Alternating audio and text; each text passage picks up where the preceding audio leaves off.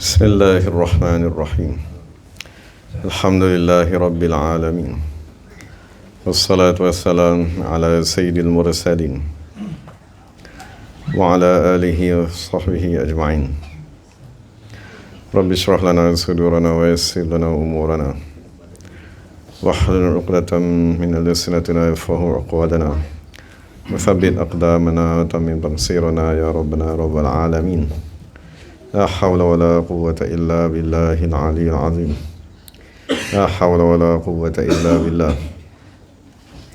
La hawla wa la quwwata illa billahil aliyyil azim. Amma ba'd. Allahumma salli wa sallim wa barik ala sayyidina Muhammadin wa ala ali sayyidina Muhammad. Astaghfirullah allazi la ilaha illa huwa ar-rahmanir rahim. Hayyul qayyum allazi la yamutu wa atubu ilayhi. Allahumma ighfir lana. قال الشيخ عبد القادر الجيلاني قدس الله سره العزيز. الشيخ عبد القادر الجيلاني berkata dalam kitabnya Al-Fathur Rabbani, "I'lam anna al-ashya'a kullaha muharrakatun bi tahrikihi wa musakkanatun bi taskinihi." Maka ketahuilah bahawa sesungguhnya segala sesuatu yang berada di langit dan yang berada di bumi digerakkan dengan penggerakan daripada Allah Subhanahu wa taala, musakkanatun, dan didiamkan dengan tidak digerakkan oleh Allah. Idza thabata lahu hadza istaraha min thiqali syirki bil khalqi wa istaraha al khalqu minhu. Dan ini ialah akidah yang nak kita capai apabila kita tadi memeluk agama Islam. Maknanya nak mentauhidkan Allah Subhanahu wa taala. Dan penulis sekarang ini membincangkan tentang tauhid yang pertama, iaitu tauhidul af'al. Maksud kita melihat segala pergerakan apa yang berlaku, sama ada baik ataupun tidak baik, dengan kehendak, dengan pergerakan daripada Allah Subhanahu wa taala. Dan penulis kata idza sabata lahu hadza, sekiranya perkara tersebut dikurniakan kepada seseorang. Maksud ini ialah tauhid yang paling asas yang perlu dicapai oleh mana-mana murid apabila kita tadi datang. Maksudnya apabila kita bertahlil. Mengapa kita bertahlil 100 kali, 200 kali, 300 kali tadi? Tujuannya ialah nak membuang syirik ni. Jadi penulis kata apabila seseorang tadi telah dikurniakan dengan melihat segala perbuatan daripada Allah, istaraha, maka dia akan berasa senang, direhatkan daripada bebanan asyirki, mensekutukan bil khalqi, dengan makhluk Allah. Mana sekarang ni kita berasa amat runsing kerana kita melihat makhluk yang melakukan sesuatu.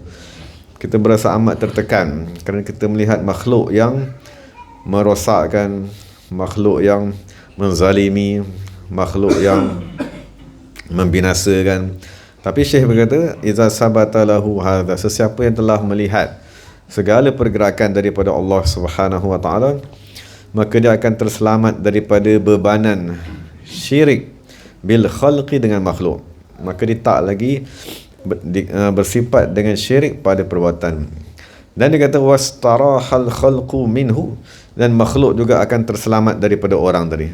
Maksud kalau kita hanya melihat perbuatan manusia, kita akan mengkritik manusia, kita akan menghina manusia, merendahkan manusia.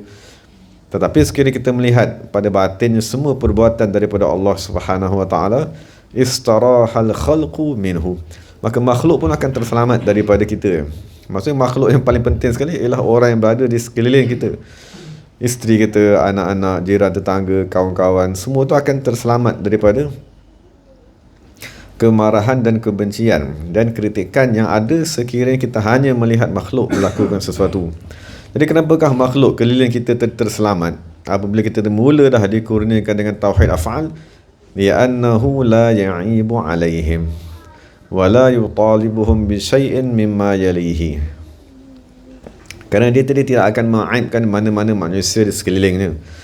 Maksudnya Rasulullah SAW apabila melihat Sayyidina Anas tidak melakukan sesuatu arahan, maka Rasulullah berkata sekiranya Allah kehendaki perkara tersebut berlaku, dan sekiranya Allah tidak kehendaki maka perkara tersebut tidak berlaku. Jadi Rasulullah tidak marah kepada Sayyidina Anas, kan, khadam kepada Rasulullah SAW. Dan dia tidak akan meminta sesuatu apa pun daripada perkara-perkara yang berkaitan.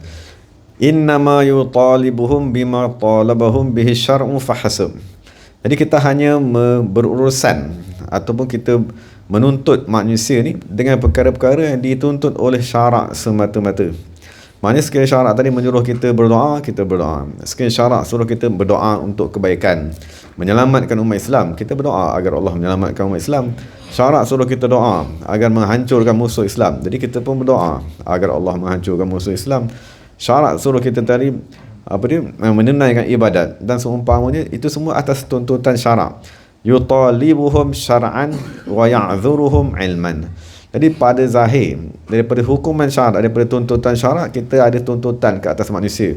Kita kata kamu kena berhati-hati, kamu kena semayang, kamu kena beribadat, kamu kena berzikir, mengingati Allah, kamu kena berusaha menjaga pantang larang, anak-anak, mentaati kedua ibu bapa, isteri, mentaati suami. Tadi kita minta tu, kita memberikan arahan dari syara'an, daripada sudut syarak, maksudnya daripada sudut zahir.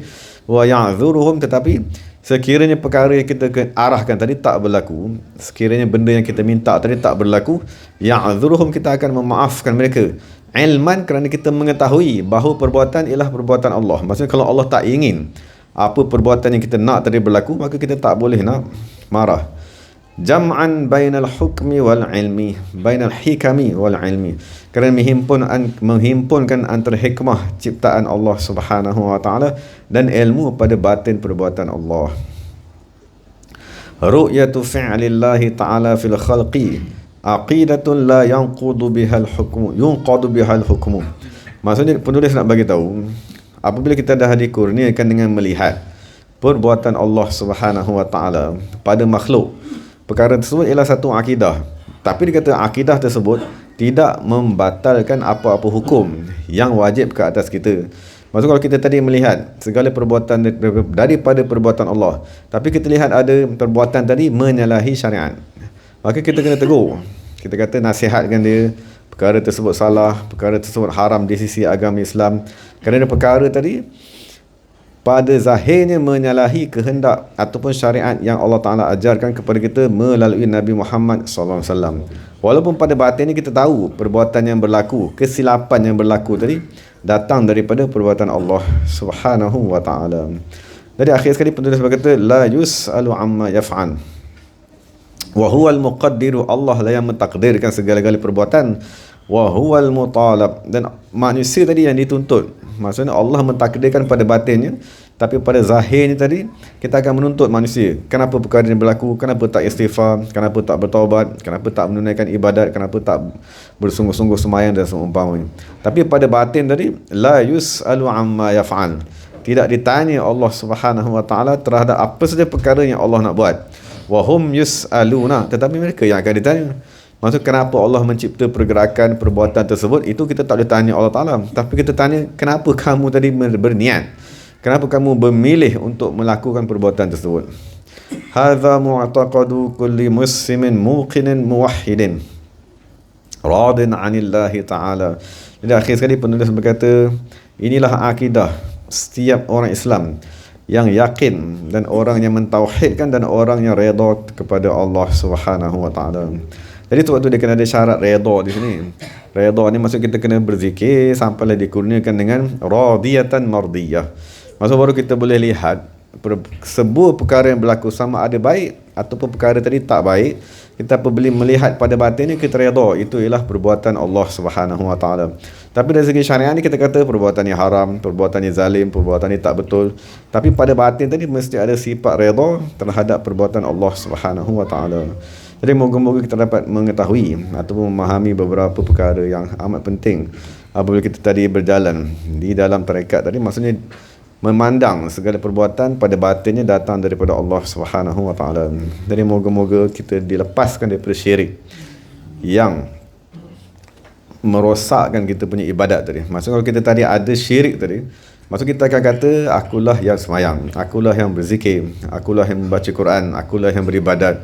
Dan apabila kita menyandarkan segala perbuatan tu pada diri kita dan kita beriktikad pada batinnya itu ialah perbuatan kita, maka kita mensyirikkan Allah Subhanahu wa taala. dalam keadaan kita tak sedar. Maksud itulah dosa batin yang amat menakutkan. Waktu kita nampak manusia sembah berhala, itu syirik pada zahirnya. Kita nampak manusia dia menyembah kepada manusia, menyekutukan Allah, menyembah pokok seumpamanya. Tapi kita sendiri menyekutukan Allah Subhanahu Wa Taala dengan diri kita sendiri. Dan itulah syirik yang nak diusahakan. Apabila kita masuk dalam tarekat ni, kita disuruh bertahlil sebanyak-banyaknya supaya syirik yang ada, yang selama ni berada dalam diri kita tadi dapat diampunkan, dapat dibersihkan, dapat disucikan. Wallahu ta'ala alam.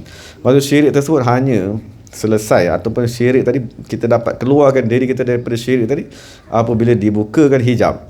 Maksudnya hijab antara kita dengan perbuatan Allah tadi, apabila dibukakan hijab tersebut, baru kita dapat melihat dan merasai segala perbuatan daripada Allah Subhanahu Wa Taala. Jadi itulah tujuan kita berzikir. Tujuan kita berzikir, bertahlil tadi, moga-moga Allah Taala pertama sekali mengampunkan dosa kita, dosa-dosa yang telah lalu seumpamanya. Dan apabila Allah mengampunkan dosa tadi, kita mohon daripada Allah agar memberikan satu kurniaan yang agung, iaitu al-fathu, pembukaan. Maksudnya bukakan hijab agar kita dapat mengetahui perbuatan Allah Subhanahu Wa Taala daripada sudut rasa. Ini yang sekarang kita baca ni ialah daripada sudut teori ni. Cuma kita nak agar kita dapat merasai perbuatan Allah Subhanahu Wa Taala. Wa aqulu qawli hadza wa astaghfirullah al-azim li wa lakum wa li sa'iril muslimin wal muslimat. Bismillahirrahmanirrahim. Rabbana atina fid dunya hasanah wa fil akhirati hasanah wa qina adzaban nar.